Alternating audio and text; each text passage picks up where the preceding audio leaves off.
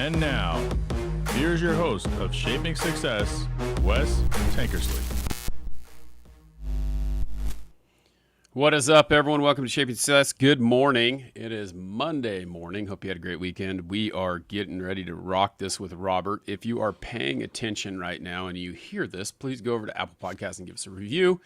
We've got a couple new ones from some faithful people that we appreciate you doing that. It helps the show to get pushed out more if we have more reviews. So if you've been listening to this for a while, just go over to Apple Podcast, leave a review. If you're on Spotify, you got to listen to 5 episodes. You can give us 5 stars, but you can't write a review. So we appreciate all you're doing. If you're going over on YouTube, you're watching it, make sure you like, share, comment, subscribe.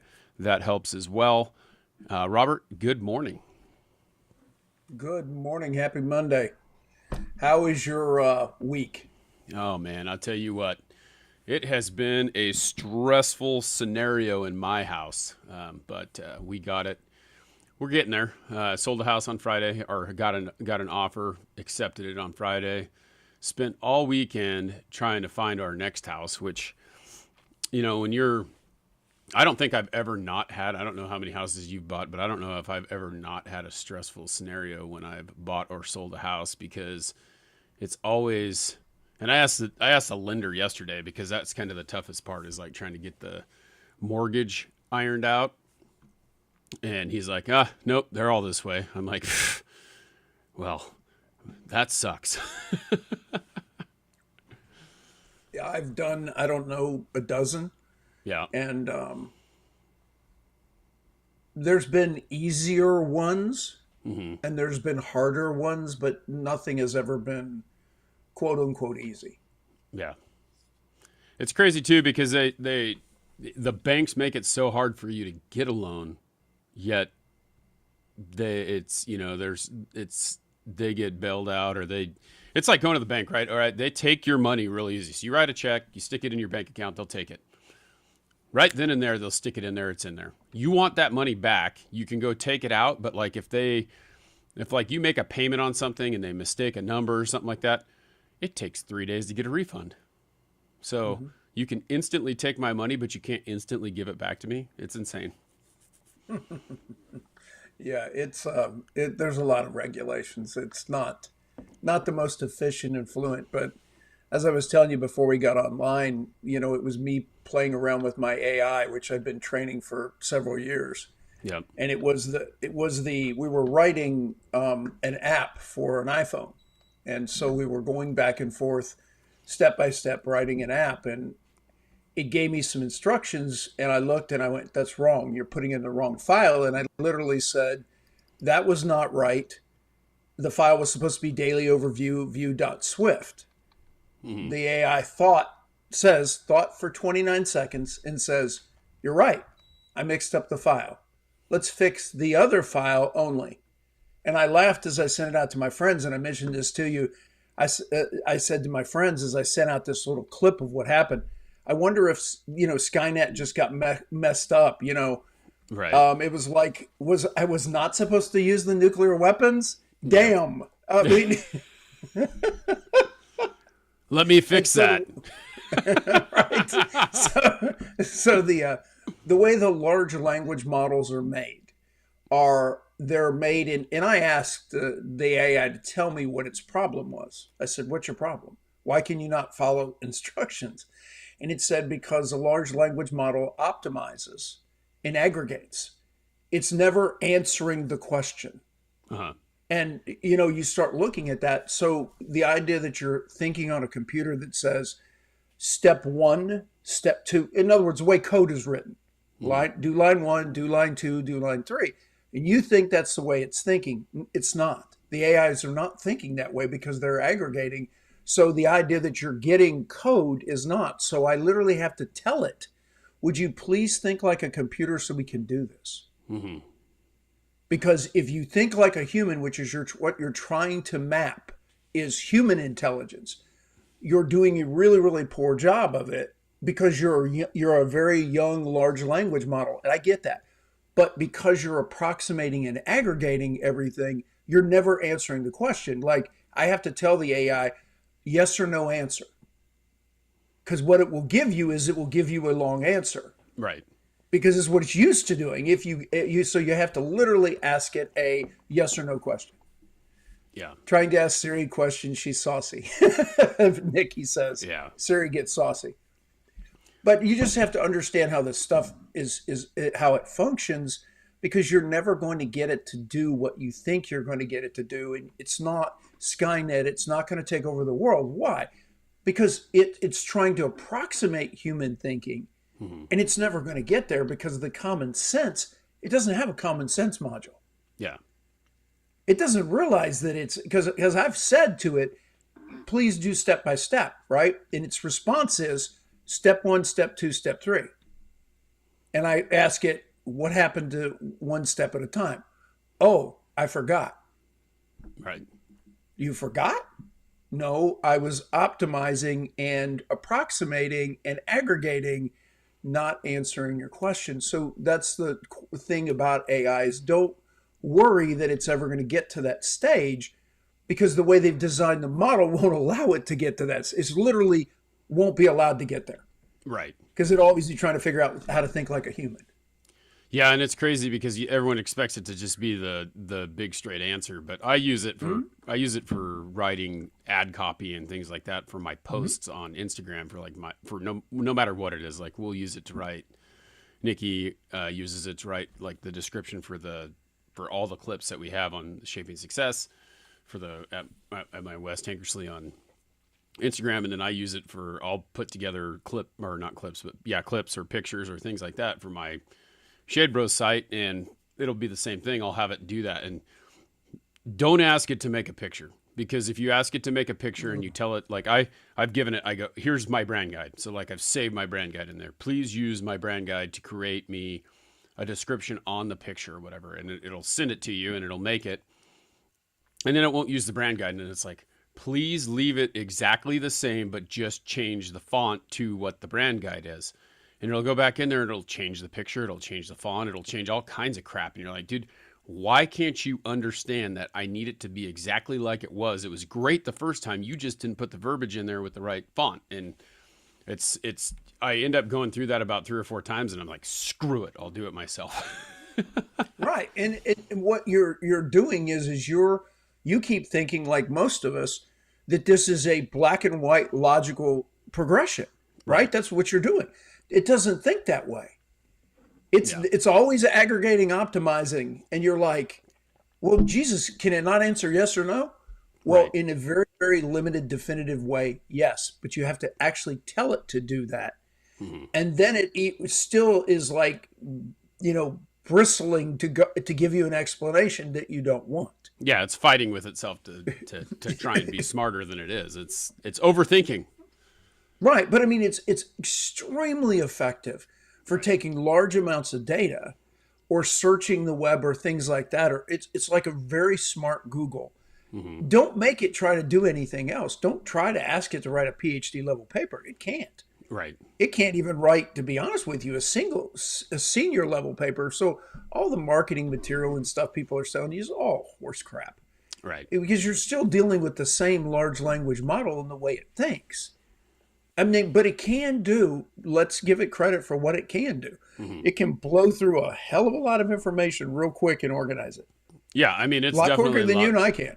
That's why there's like a downsize to Google search right now. Like, a lot of people are like not using Google anymore because they're using ChatGPT, or they're using an AI to answer their questions, because it does get down to the brass tacks. Like, if I've asked it a lot of times, like with my gastric bypass, with my having my gallbladder out, like things that are issues that I'm having, and I'm like, is this normal? Yes, this is very, like, it'll go through searching, and then it'll search through like 20 different articles, and it'll be like, yes, this is normal. This is what happens. This is what you can do. What do you think about this ashwagandha supplement? Is it the best one? No, well, it's easy. Like, it'll go through and it'll figure out which one is the best one. Yes, this is the easiest one. This is the one that you see all the time. This is the best one. Like, it'll tell you, it'll do all that search and all that thinking for you. When you'd have to go into Google and you'd ask that question, then you'd have 1,000 articles, and then you have to sift through each one to try and figure out, and always know that the top one that's sponsored is not always the best one. It's just someone that, like, it takes the guesswork out of it a little bit. It's not always right. you Well, know? and also too, you know how hard it is for a writer to face a blank sheet of paper, right? Hmm. A very blank sheet of paper, write down your thoughts. That's one of the things that AI is really, really good at. If you say, like, I want to write a 750 word essay on discipline, Hmm. would you give me a quick, you know, 50-word outline for discipline, right? Yep. Boom, boom, boom, boom. Hey, Scott, give me the APA 7 citations for your work. In other words, you pulled it from somewhere. Give me the APA 7 citations for where you pulled it from. Yep. Oh, okay. Wow, 3 of those sources I had, one of them I didn't have. I look it up, it's not real. I understand that, that's fine.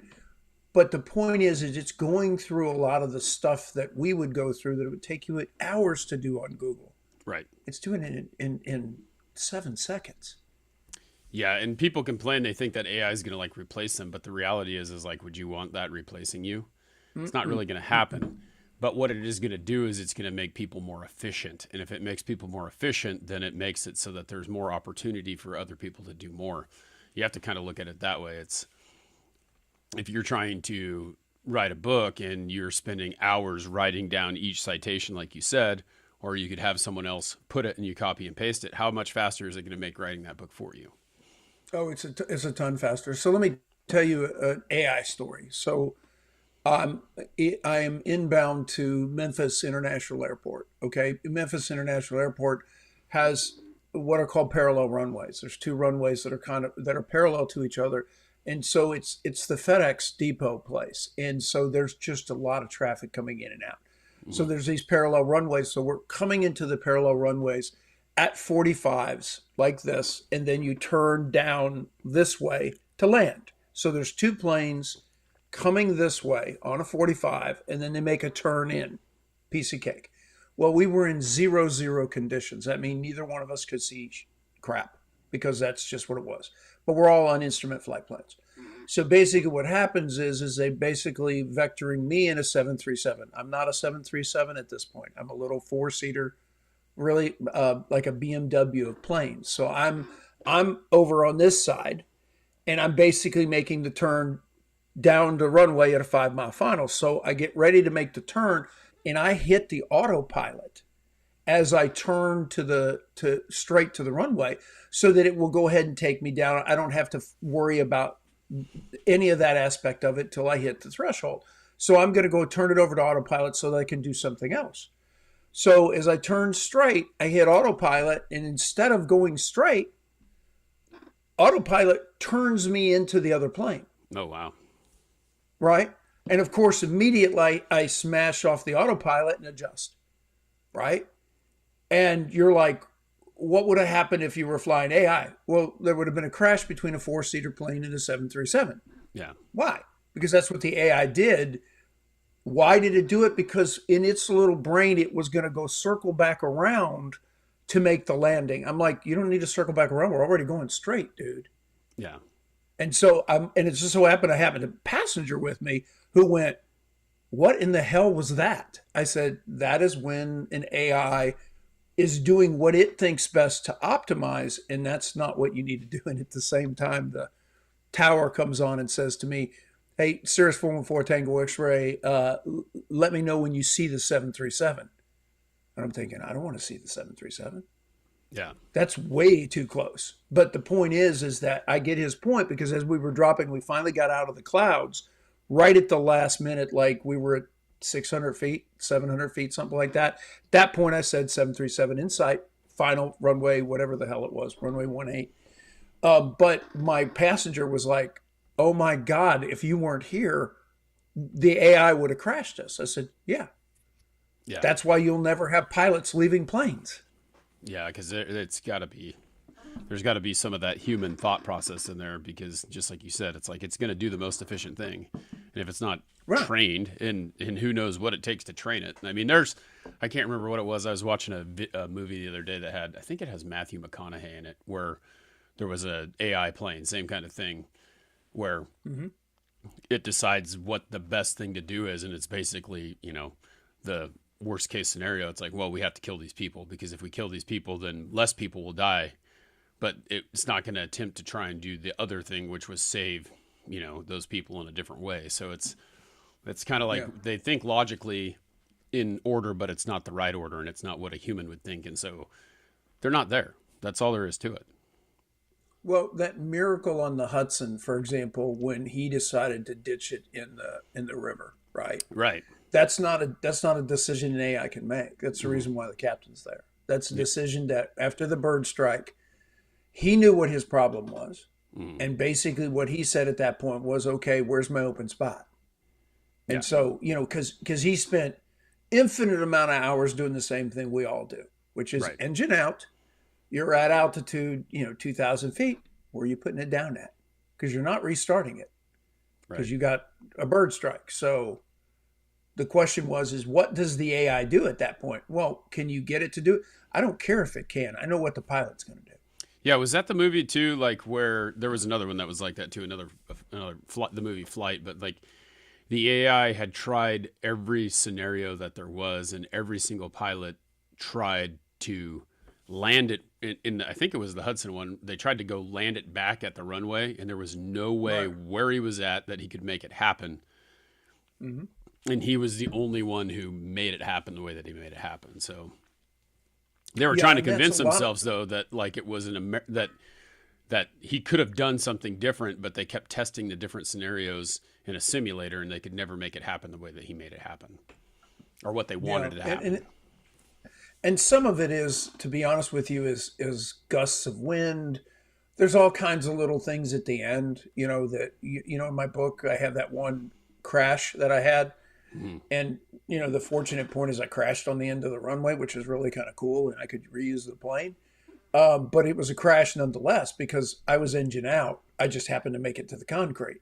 Yeah, But a lot of it was, what was the winds at the time that I was coming in? Were they helping me, hinder me? What were they doing? What was the situation? There's a lot of little, literally gusts from the gods, so to speak, that make the difference about you making it to the runway and not. yeah, and like AI is typically thinking about the perfect scenario where like either there's Right. no wind or there's not. It's like you have to go back in there and add in those variants of what happened right here. This happened right here. That happened. Like they're all things that you're thinking of and knowing of as you're in that scenario. So it's pretty crazy. Yeah. Yeah, and then, like I said, they're just not going to take over anytime soon, and the hype is ridiculous and it's overblown. But again, is it going to improve things? Yeah, it really can. There's lots of really cool things it can do. Again, the laziness of people comes into instead of buying a better shovel, which is an AI is a better shovel, you're thinking that the AI can dig the hole for you. Hmm. No, it's just a better shovel. Right. And that does make a huge difference because the shovel you were using could only move a little dirt. The shovel you're now using moves a lot of dirt. It moves it really, really fast. And you can dig your holes really, really fast. But it doesn't change the fact you've got to dig the hole. Right. Yeah, and I think that's the big scenarios. I think everyone is always looking for an easy way out. They're looking for a reason to just not have to do a little bit more work, and that's not the case. It is, again, it's a tool. It's a tool to help you get a result, but you still have to do the work. You still have to it has to understand, and you have to understand what you're asking of it, how you're asking it, how it reads it, and those types of things. And until we can figure that out, it's not going to be as good as it can be. I think the big thing, and I listen to the All In podcast a lot, and they talk a lot about AI because it is a big thing, and there's all these models and there's all these things that they're doing, is everyone's afraid that it's going to take over, but there are people who are putting way more time into it, like China, and they're sticking all their resources into it, and they have more resources than anyone else. So that's all they're doing is training these models all day long. And if we do not get behind that and do the same thing, we're going to be lost, and they're going to beat us to the AI. It's like it's like the space race, right? Like it's the AI race. It's like who's going to make this and utilize this better to their advantage. Well, it's really interesting because you mentioned the space race, which is really fascinating. So think about something for a second. We had a race to the moon. We won, right? We got to the moon faster than anybody else. We haven't been back to the moon in a long while. Why?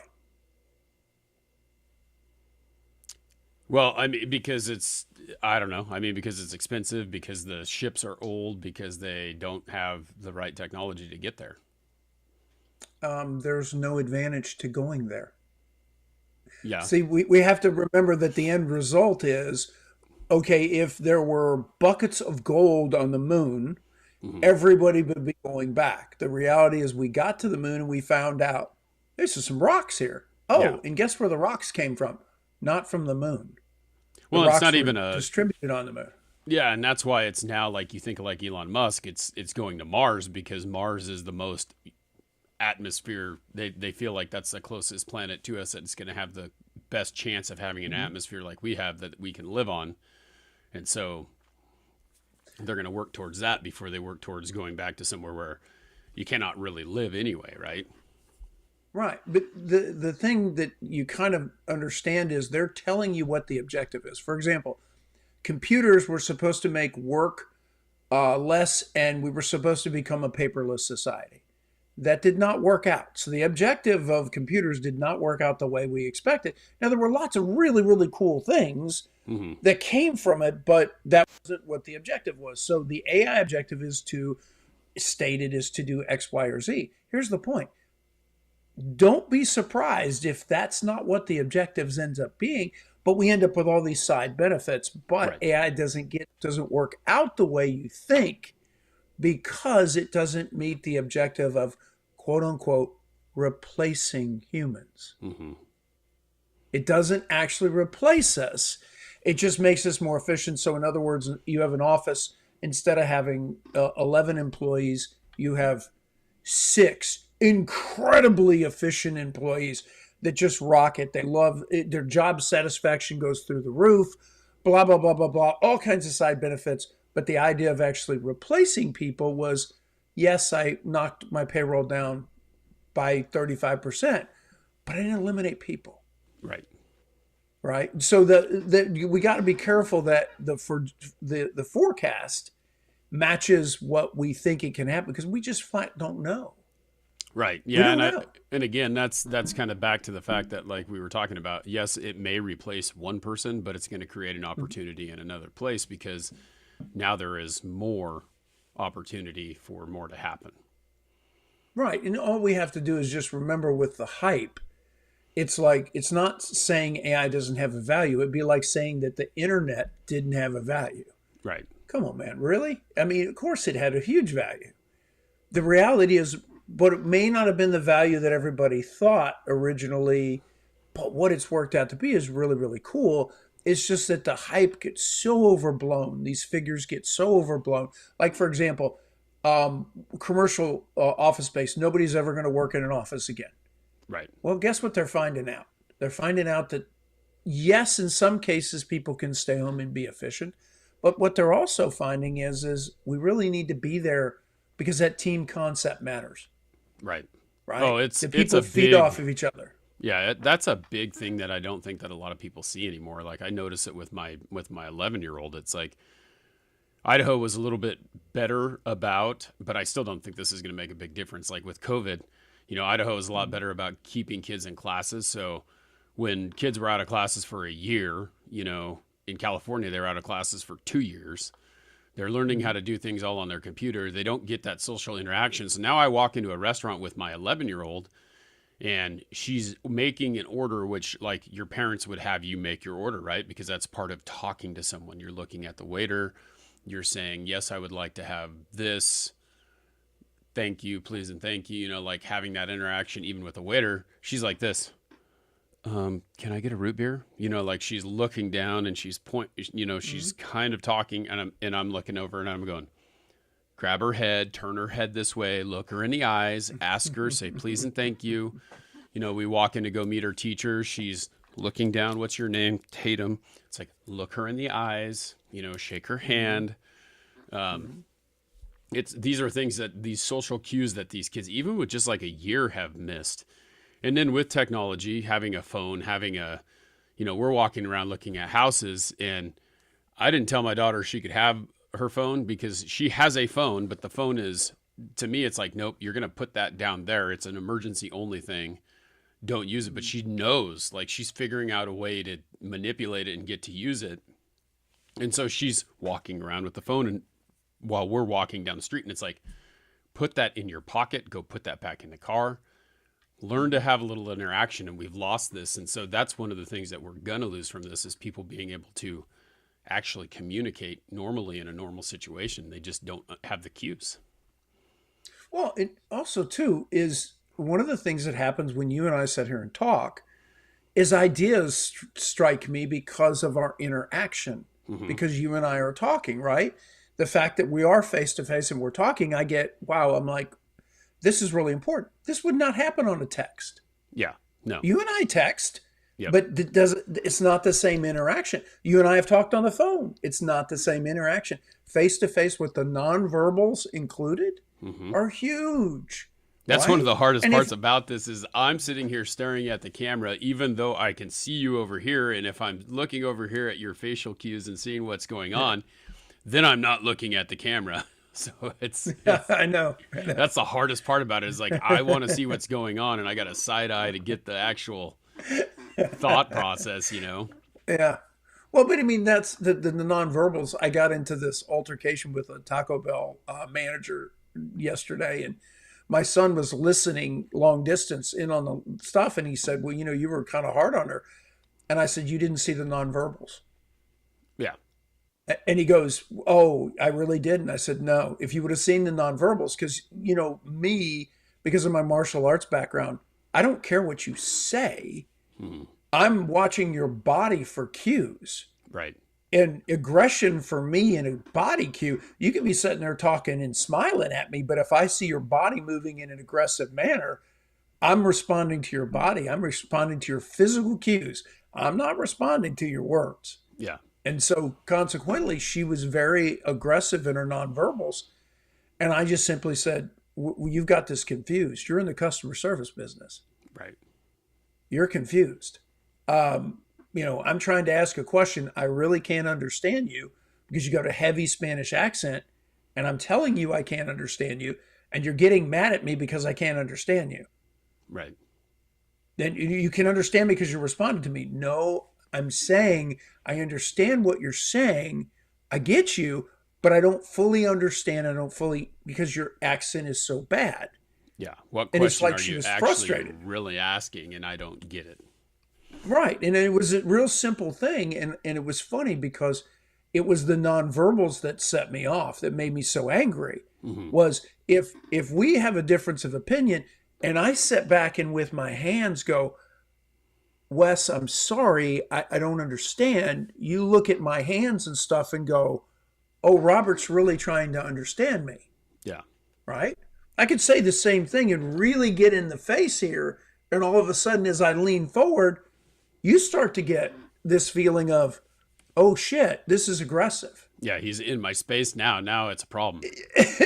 Now it's a problem, right? And it's the nonverbals. And it's like you said, if your daughter's looking down, how does she know what the nonverbals are? Right. Yeah. She didn't even see them. No, because they just don't understand. They don't get that. It's a weird deal. And that's probably one of the things that I think we're going to end up working through a lot, because these kids don't know how to interact socially. And just like you said, a phone call is way different than a text message, is way different than a video conference or a in-person conversation, because all you're doing is trying to figure out what other people are thinking, and you can't really do that.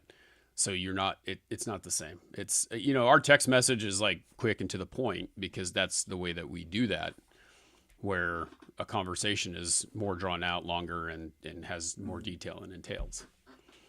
Yeah, I was out on a date, and it was a first date, and she came in and she was sitting in the back of her chair and her arms crossed. Mm-hmm.